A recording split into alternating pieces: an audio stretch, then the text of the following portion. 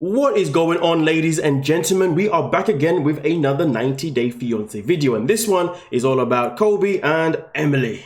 And boy, it's about to get heated. But before we continue, let's start off by giving a big massive shout out to every single person that is a member of the channel. Now, of course, at the same time though, before we proceed with this video based on Emily's disgusting, annoying, narcissistic behavior, I must remind you, ladies and gentlemen, that soon after this video is uploaded, I will be uploading an extension version that is unrestricted, unfiltered on Patreon. So I hope to see you guys there. And of course, for the people that have already signed up Patreon, thank you so much. I appreciate you. You dig what I'm saying. But hey, let's get into this one. She's never seen me handling kids. I know I'm very good with kids. I love kids. You believe I could do this, babe? So I think that she should trust me and get some confidence in me when it comes to our son. Ah, the word trust. Trust.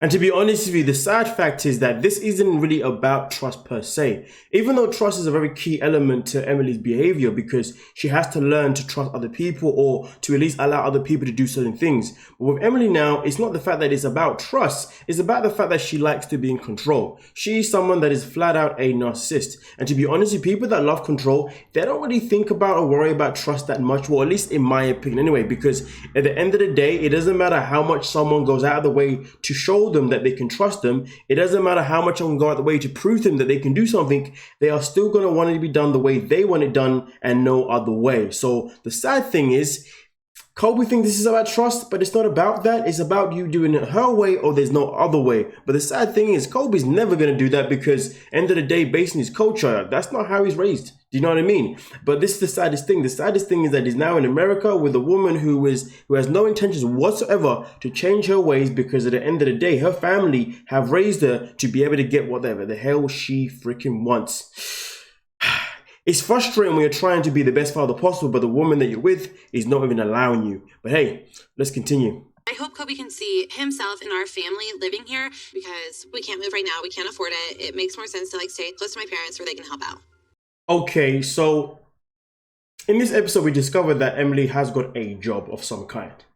Now, obviously, she mentions about staying close to the family so her family can help out. And to be honest, because Kobe can't exactly work right now, it does seem fitting. So I'm not even really going to contest that because my initial reaction was like, don't you mean so your mom and daddy can keep just paying for you because that's what you like to happen? But at the same time, I then remember that she has got a job too. So I'm just putting this out there to show that I'm not being completely biased against Emily. That I do see some parts of her that can be somewhat reasonable. But hey, let's continue because the next part is where it gets very freaking interesting. I think I should drive because I think I'm a better driver than you are. Yeah, okay, you're not a better driver than me. You're not going to drive your first time in America with Coben in the car. But why? Because you guys have a very big and wide road that everybody can do whatever you want. But in my country, you need to be very careful. So I don't think, you telling me not to drive is like an insult. I don't know. I don't really care how experienced you are in driving, but I don't feel comfortable you driving with Coben in the car. My own car? And your son? Yeah, in my car, not your car. It's my car. So are you going to get in the car or not? Even if I have to get in the car. I'll go by myself. Even if I have to go in the car. But I'm not pleased. Just so you know that. I don't care. It was quite interesting, wasn't it? Just to hear her say, basically, I don't give a two freaking shit. Oh, damn. And you know what the saddest thing is? The saddest thing is that when we look at the scene itself in particular here, I look at how it began. I don't think Kobe should have started off. And to be fair, regardless of how he started the conversation was always going to go how it went anyway, because it always has to be Emily's way or there's another way. But he started off by saying that I think I should drive because I'm a better driver than you. There was no need for him to actually say that I'm a better driver than you because that's already going to trigger something anyway that's going to be like, whoa, so you're saying what? You're trying to insult my intelligence?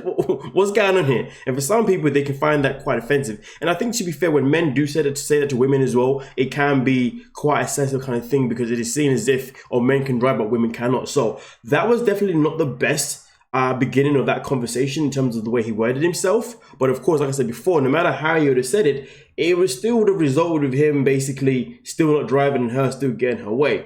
And that obviously is where I'm going to elaborate now. The matter of fact is though, he needs to be able to drive a car in America at some point. Now, obviously, can I understand to a certain degree why I should rather him not drive if their son's in the car and obviously, she wants to make sure that he can drive in America before he jumps on behind the wheel. I do understand to a certain degree, but here's the thing though.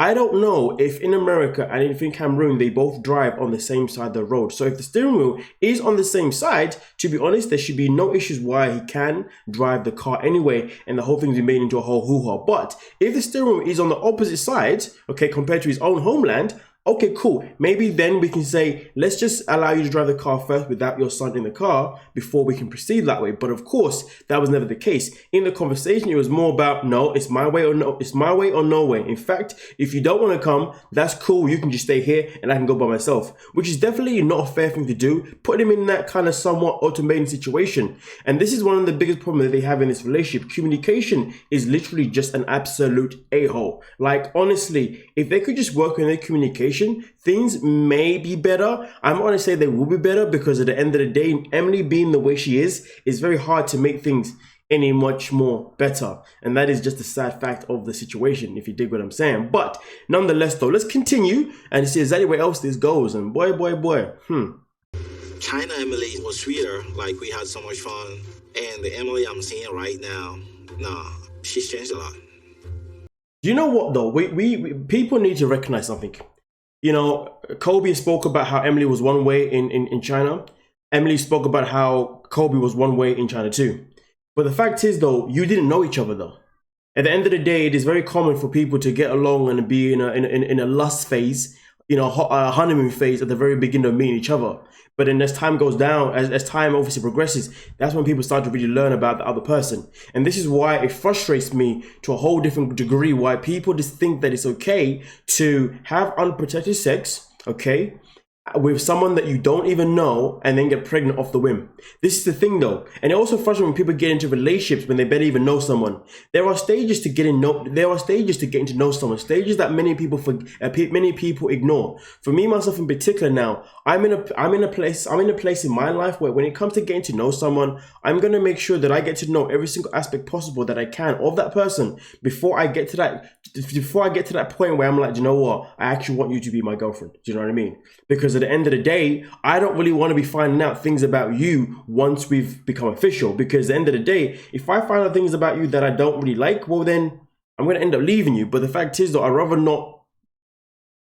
kind of get that stuff sorted out at the very beginning, discover in the beginning. It may take a few weeks, it may take a few months to get to know someone. It may even take a year to really get to know someone, but I would rather take my time getting to know someone, you know, properly within that period of time before I decide to make choices like having a kid, okay? Obviously being official, and then of course later on in life, then being engaged and so on. But the matter of fact is we live in a situation where we've got people like Emily and Kobe and so many other people around the world, annoyingly, having kids with people that they barely even freaking know, get into relationships with people that they barely even know, and then they end up being in it, and then they end up creating this toxic environment for themselves within that relationship, which therefore makes that relationship very unhealthy.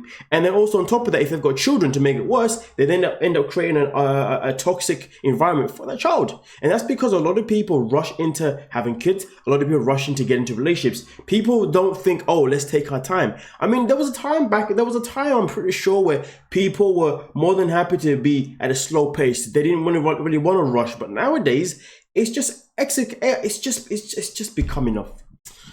I'm sure you get my point. I hope you do. If you don't, then I worry for you, if you dig what I'm saying. But nonetheless, though, let's continue. Wait, can I show you Selena, please? Go ahead. All right. Will you hold my hand now, please? Love you. Love you. I want to show you downtown. That's our coffee shop. Yeah. Oh, look, there's a jewelry store. Do you want to, And then we have cute little, boutiques downtown. I don't know, you guys have clubs over here? We don't have, a club in Salina, you know what I mean? We just have, bars. Is this really America? I'm going to show you, a dream house of mine. I want a big house. Look how big they are. Yeah, it's beautiful. So pretty. I just can't wait for us to get a place, I know.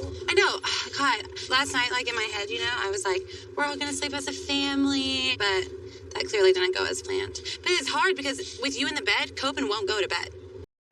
The scene where they've just had a dispute and Emily's quick to put everything back in the narrative that she needs it to be. First says, please hold my hand, to make sure that she still has him where she needs him. And then secondly, she's then like, I love you, to make sure that he's also able to say it back. So therefore, it's more confirmation that she knows that she has him where she needs him and wants him. And then we get to the point where it's leading up to, hey, look, there's a jewelry store over there in case you want to maybe buy me a real wedding ring or engagement ring. And obviously that's a reference to a previous episode, you know what I mean? And then also on top of that, she then introduces him to houses that she would like to live in. And again, I said it before in the live stream, but it is just one of those things where she's got it all planned out of how she wants to control people. But in this situation, how she wants to control Kobe. Kobe needs to wake up and understand that Emily's always going to have this thing where she's going to say what she wants to say. And whenever she says whatever she's going to say, she's saying it because that is the way it needs to be. And the matter of fact is, if it's the case of where they fall out, she will always find a way to then rope him back in with a simple, oh, I love you, oh, hold my hand, and then the cheeky wedding ring, home.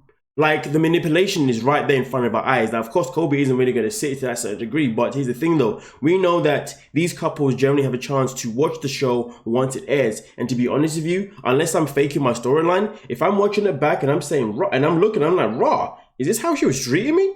Raw, is this what I was taking? I was allowing this behavior? Raw, I gotta get myself out of here real quick because this is unacceptable. And even if I confront and she told me that she was doing it for the cameras, I'm gonna say, hell no, you just embarrassed me. What's wrong with you, woman? You know what I mean? But nonetheless though, but let's proceed to the next part. Look at this.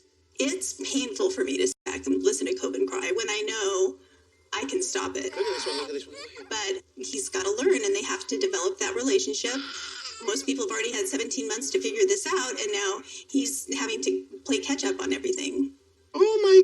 You know, that was one of these most intelligent things that was said pretty much throughout the whole episode of 9 Day Fiancé Season 9, Episode 7. But the thing is though, this is one of those things where the mother needs to put this information into her daughter. So her daughter can also learn that, well, Kobe needs to give him a chance to actually try and have a bond with his kid and actually be able to get his kid to a position where, well, he's able to actually calm down Kobe at a quicker pace, shall I say. And because obviously at the end of the day, it's only been what, day 2, day 3, you know what I mean? And because it's only been day 2, day 3, there's still a lot of learning, there's still a lot of bonding to be done, a lot of learning needs to be done. But Kobe isn't going to learn these things if they're always trying to stop him. And the reason why I say they're always going to stop him is because, well, this is what the mom decides to say next. Oh my God, look at this. I think we should learn something like colors in French. I'm not ready to leave Kobe alone with Coben yet. I don't think it makes you wonder where Emily gets her attitude from, or where she gets some of the things that comes out of her mouth from. The fact that Emily's already giving him a hard time in terms of that, it doesn't help that then the grandma or Emily's mother is then coming out with similar things like, but I'm not ready to leave him with Coben yet. Why though? Because at the end of the day, let's say you wasn't there. Let's say you had a job and you was going somewhere, and Kobe was the only person that had to be left home. What are you gonna do then? The fact is, this is Kobe's son. Kobe has to be able to actually learn how to handle his son. But the fact is though, this isn't even about learning. This is about the fact that Kobe will never ever give up on his child. You know, he's there to get to know his kid. He's there to be the best father possible. He's there for all the right reasons involving his son. And that is just case closed. There should be no judgment. There should be no comments. There should be nothing. So why the hell some of them are thinking to add in their 2 cents? The mother, the father is beyond me. The father last week was getting involved in their dispute. The mother's now trying to get involved as well, talking about how the parenting should be done. How about they all shut the F up and they allow Kobe to actually get on with what he wants to do, and that is to be the best father possible. But hey, if it ain't Emily giving him a hard time, it's the mom giving him a hard time. If it ain't the mom giving him a hard time, it's the dad giving him a hard time. And this is why everybody says they get vibes of get out, if you dig what I'm saying. But nonetheless though, you let me know what you think in the comment section and we'll talk about it. But also at the same time, don't forget though, I will be adding an extension version of this on Patreon, if you dig what I'm saying. So I'll see everyone who's already on Patreon there, and anyone else that decides to join us, see you there too. Nonetheless though, like, subscribe, and peace.